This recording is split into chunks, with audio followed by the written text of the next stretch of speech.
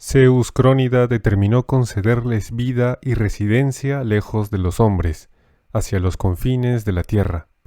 Estos viven con un corazón exento de dolores en las islas de los afortunados, junto al océano de profundas corrientes, héroes felices a los que el campo fértil les produce frutos que germinan 3 veces al año, dulces como la miel, lejos de los inmortales. Entre ellos reina Cronos. Tierras fabulosas en la literatura griega las hay muchas. Las hay idílicas y hermosas y también las hay peligrosas y horribles. Todas ellas, sin embargo de su variedad, tienen 3 semejanzas. Todas están en un lugar remoto, en los confines del mundo conocido o más allá de él. Además, presentan una geografía idílica y unas formas de gobierno muy distintas a las de los propios griegos. Este es el primero de una serie de vídeos sobre esas tierras. Un lugar predilecto para esta mitología eran las islas, tierras aisladas por un mar inhóspito y peligroso. Un griego podría haber preguntado, ¿quiénes podrían habitar esas tierras? ¿Cómo podrían haber llegado? Y otro griego le podría haber respondido, quizá surgieron de la misma tierra de la isla, quizá sus gentes son como dioses. En alguna parte del vasto mar, muy lejos del continente griego, estarían esas misteriosas islas con sus gentes, criaturas y relieves extraordinarios. En la Odisea encontramos varias de estas islas, contrario a lo que ocurre en la Ilíada, poema donde las islas y tierras en general no son fabulosas, sino reales. El interés de esta recopilación estriba en mostrar la imagen que los griegos, aquellos quienes más influyeron en nosotros, solían hacerse del extranjero. Esta mirada hacia afuera es también una mirada sobre ellos mismos, sobre sus deseos y por lo tanto sus carencias. Siendo nosotros en gran parte griegos, esta recopilación puede ayudarnos a conocernos mejor.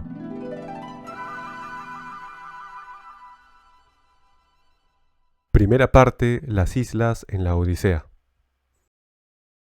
Ninguna de estas islas existió más que en los mitos y leyendas.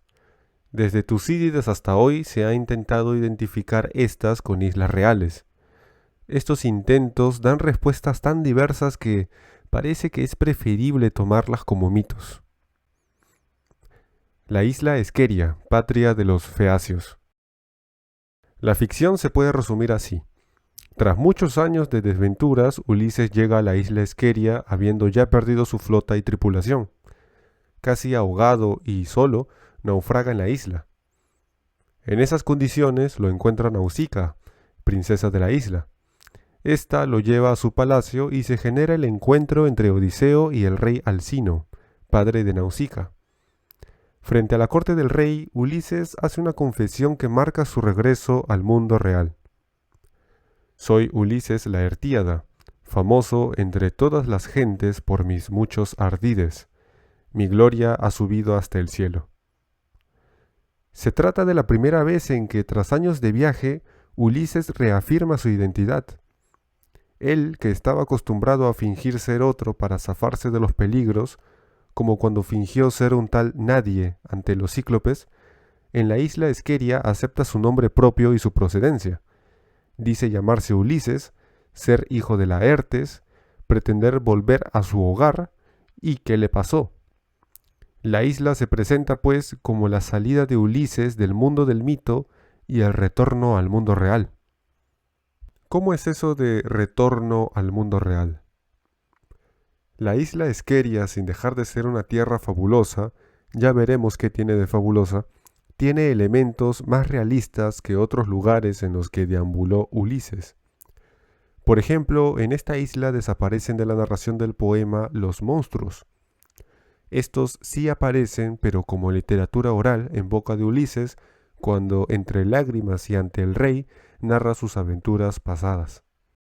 Ya teniendo claro los datos mitológicos, veremos a continuación qué podemos inferir de los griegos mirando este espejo que es la isla Esqueria. Vamos primero con los rasgos fabulosos. En lo geográfico solo encontramos idealización.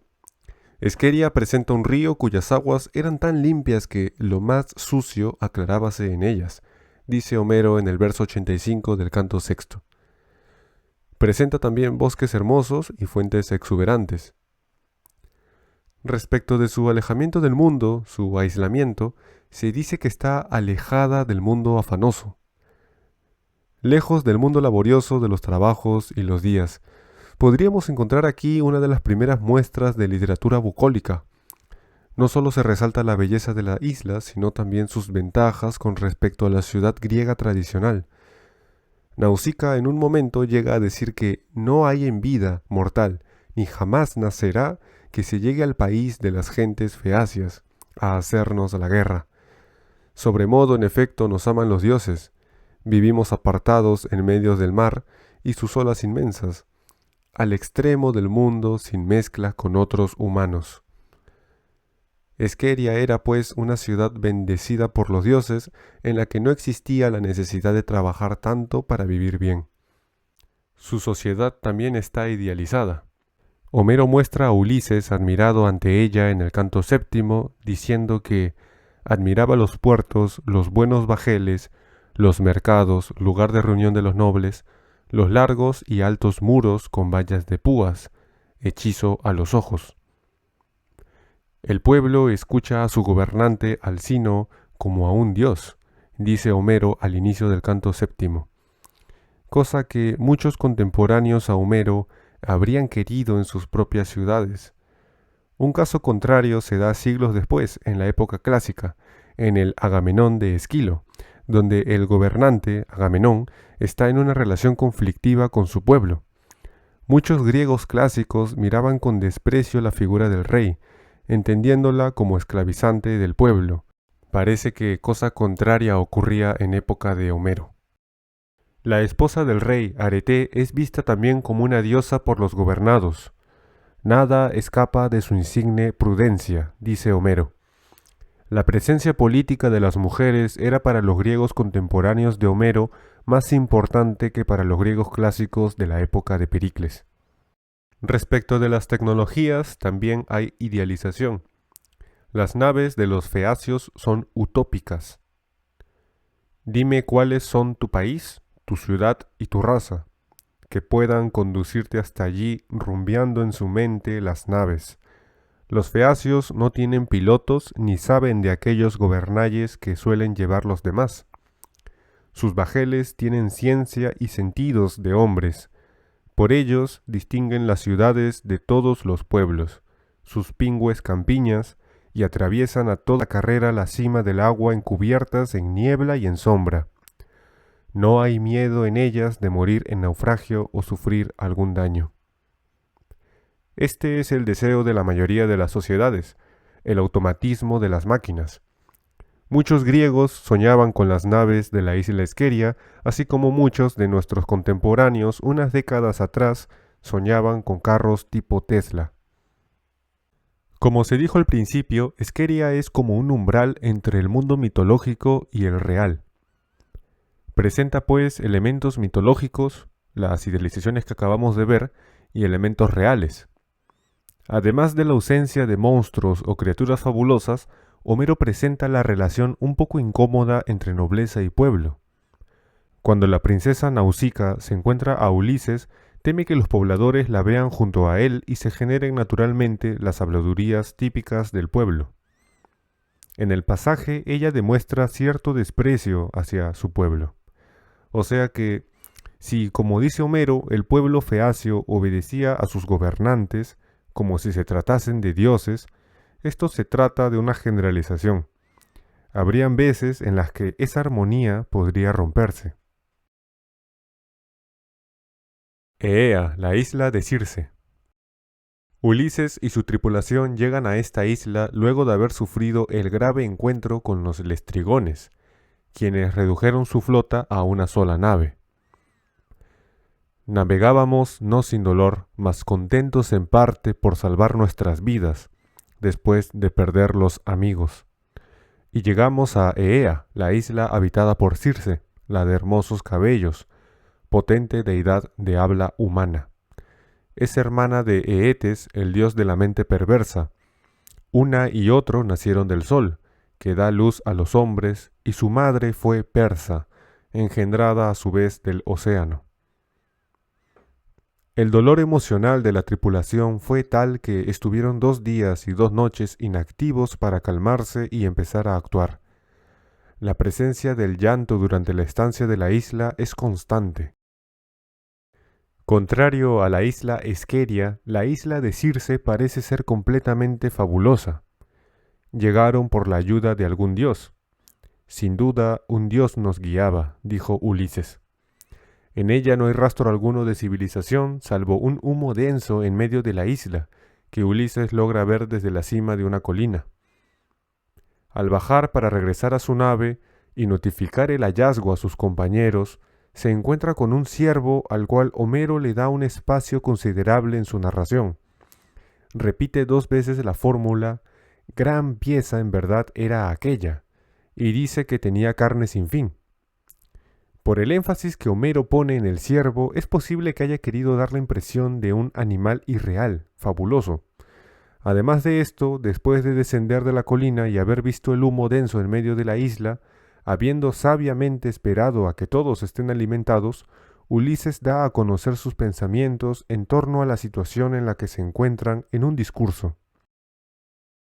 Escuchadme, oh amigos, por grandes que sean vuestros duelos, pues aquí no sabemos en dónde está el alba ni en dónde el ocaso, por dónde a enterrarse va el sol que ilumina a los hombres ni en dónde resurge. Pensemos bien pronto si es posible algún medio de escape que yo no descubro. Solo sé que, subiendo a fragosa atalaya, la isla toda vi circundada del mar infinito. Y es ella bien humilde y bien llana, y un humo advertí con mis ojos que en su centro salía de espeso encinar. Ulises admite, pues, desorientación.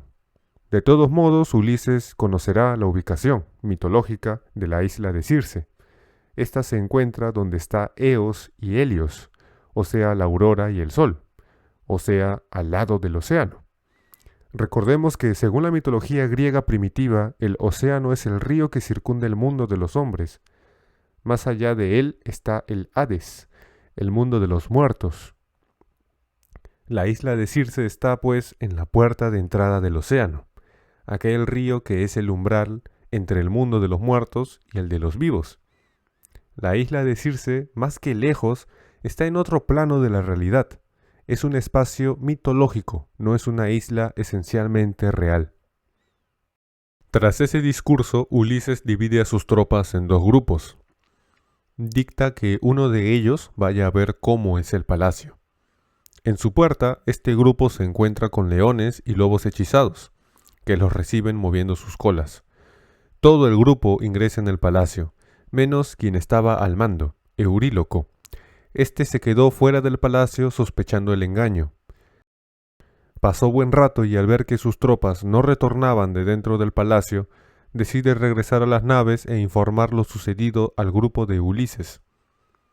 No sabía que sus tropas habían sido convertidas en cerdos por un brebaje de la maga Circe. Ulises recibe la noticia de este hechizo por Hermes, quien además le entrega la Molu, una planta con efectos mágicos que a día de hoy no se ha podido identificar realmente con alguna planta real. Hermes encomienda a Ulises ingerirla para prevenir que Circe lo envenene en el banquete que se supone que le dará como recibimiento hospitalario. Con Ulises dentro del palacio, Homero da pinceladas en varios momentos sobre el lujo de este. Sillones lujosos, copas de oro, espléndidas puertas, sirvientas ninfas, etc. Tras la artimaña de Hermes, Ulises logra sobrevivir a un intento de envenenamiento de Circe. Llama a todas sus tropas para realizar un banquete como signo de reconciliación. La cantidad de manjares parece ilimitada. Tanta comodidad y placeres provocaron que la tripulación toda se quede durante un año. Pasado este año, la tripulación decide volver a casa. Pudieron quedarse toda la vida, pero las ansias por volver a ver a sus familias y sus tierras pudieron más. Al despedirse, Circe le da la instrucción a Ulises de ir primero al infierno a buscar al adivino tebano Tiresias, quien con su sabiduría le daría la guía del retorno a casa. Así termina el episodio homérico en la isla de Circe. La isla Eea cumple con las 3 características típicas de las islas fabulosas.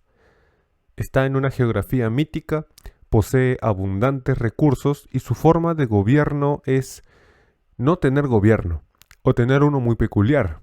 Circe tiene 4 sirvientas ninfas en su palacio, y eso es todo lo que se puede decir al respecto. Naturalmente hay características reales, las cuales nos dan indicio de lo que estoy buscando, algún reflejo de la sociedad griega. Para empezar, Circe canta y teje.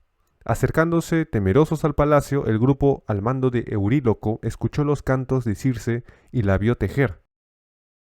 Percibíase allá dentro el cantar bien timbrado de Circe, que labraba un extenso, divino tejido, cual suelen ser las obras de diosas, brillante, sutil y gracioso. Para Platón, el canto era una destreza necesaria en los ciudadanos, hombres o mujeres, de un estado apreciable. La literatura solía cantarse. Recordemos que los poemas de Homero no se dividen en capítulos, sino en cantos, y también que Safo era una más entre otras poetas de la antigüedad. Aquiles, además, sabía cantar. Respecto del tejer, en Grecia las mujeres solían practicarlo en el gineceo, el lugar de la casa en el que ellas pasaban la mayor parte del día. El saber tejer era una destreza muy apreciada. En el diálogo El económico de Jenofonte se le recomienda a una mujer: cuando te traigan lana, deberás preocuparte de que se confeccionen vestidos para quienes los necesiten. Penélope y otras diosas tejían. Las diosas del destino, las Moiras, eran tejedoras. Tejían el destino de cada hombre. Ellas eran 3, Cloto, Láquesis y Átropo. La primera hilaba, la segunda medía la longitud de la hebra, determinando la suerte, y la tercera cortaba el hilo cuando la correspondiente existencia llegaba a su término. Otra característica real del relato es el juramento. Cuando Ulises, gracias a Hermes, consigue eludir el hechizo de Circe, ésta le invita a pasar a su lecho. Hermes, Dios, le indica a Ulises que acepte, pero que le exija a Circe el gran juramento que tienen los dioses, de que no tramará nuevo daño. Circe hace el juramento con ritos y nunca lo rompe, ni se ve tentada a ello. Heródoto habló muy bien de los persas al comentar el valor que le daban a la verdad. Desde los 5 hasta los 20 años solo enseñan a sus hijos 3 cosas: a montar a caballo, a disparar el arco y a decir la verdad. La exaltación de la verdad por parte de los persas ha sido confirmada por la arqueología. Los griegos apreciaban la verdad, al menos de palabra, pues no eran raras las mentiras. La actitud de Circe habrá sido vista como una especie de actitud ideal, un modelo a seguir. El lujo del palacio de Circe es un ejemplo para los aristócratas griegos. Sirvientas, un sillón tachonado con clavos de plata, bien labrado y hermoso, copas de oro, manjares, vino y demás. Leyendo el pasaje, recordé el inicio de la República en el que Céfalo, un extranjero rico en Atenas, recibe en su casa a Sócrates y compañía. En el caso de Circe, como en el de Céfalo, el inmueble está dispuesto perfectamente para un banquete, institución típicamente griega. Ogygia, la isla de Calipso. A esta isla Ulises llega sin su tropa y sin su nave, tan solo con unas maderas que le permitían flotar y la esperanza de la compañía divina. 9 días el mar me arrastró y a la 10ª noche me acercaron los dioses a Ogygia, la isla en la que vive la crínada Calipso, potente deidad de habla humana. Episodios antes, en el Hades, Tiresias le advirtió a Ulises que en su regreso a casa se toparía con la isla Trinacia, en la que haría una parada para descansar. Y así fue. A pedido de la tripulación cansada, arribaron a la isla. El problema es que en esta isla hallarían Ulises y sus amigos unas vacas propiedad del sol, el que todo lo mira, el que todo lo escucha, dice Homero. Si a esas reses respetas, atento tan solo al regreso, a la patria podréis arribar aun con grandes trabajos, mas si en algo las dañas, entonces predigo ruina para ti tu bajel y tu gente. Así advirtió el adivino Tiresias. Llegada la flota entera a esta isla con el fin de descansar algunos días, Ulises les hace llegar la advertencia de Tiresias. Todos se comprometen a regañadientes, bajo juramento, a no comer las reses del sol. Momentos después, Ulises se duerme y Euríloco aprovecha para decirle a todos que coman las reses. Ofendido el sol, pidióle a Zeus ejercer el castigo sobre estos hombres. Tras el banquete de 6 días, al séptimo los hombres decidieron zarpar, aun sabiendo el peligro. Ya perdida de vista la isla, la tempestad del dios arrasó con la flota. Así fue como llegó la perdición de Ulises. Sin nave y sin hombres, ¿cómo llegaría a casa encima de un trozo de madera? La esperanza en los dioses era lo único que le quedaba.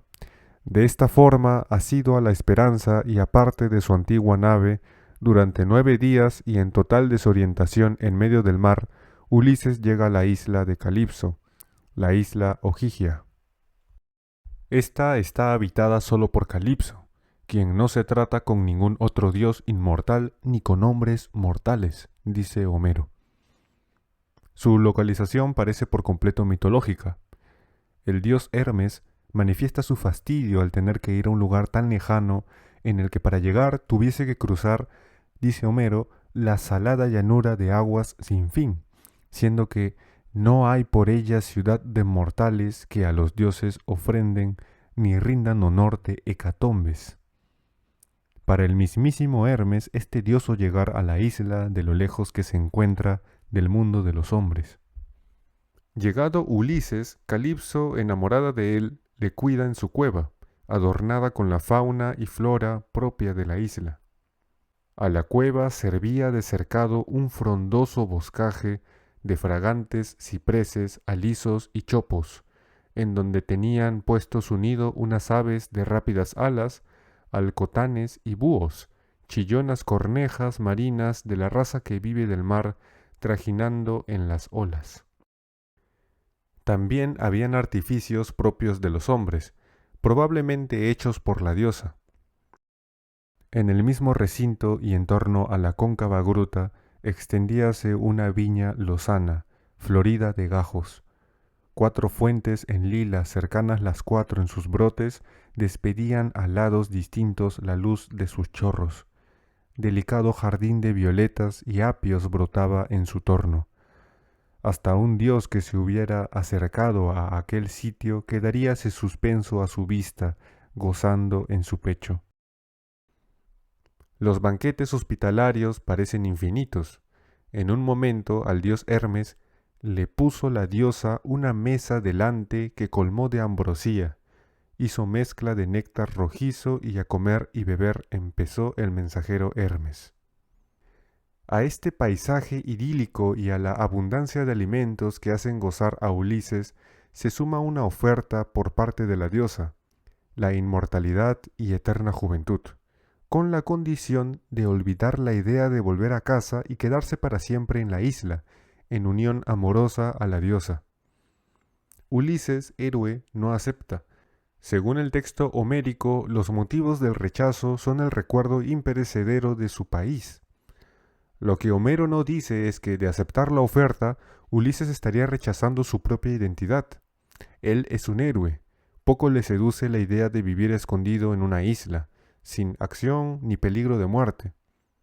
El héroe griego termina de definirse por la muerte en batalla, la mayor gloria para él. Pocos versos después, Ulises, en una tempestad en medio del mar, sospecha la muerte cerca y recuerda la gloriosa muerte de sus compañeros en la guerra de Troya.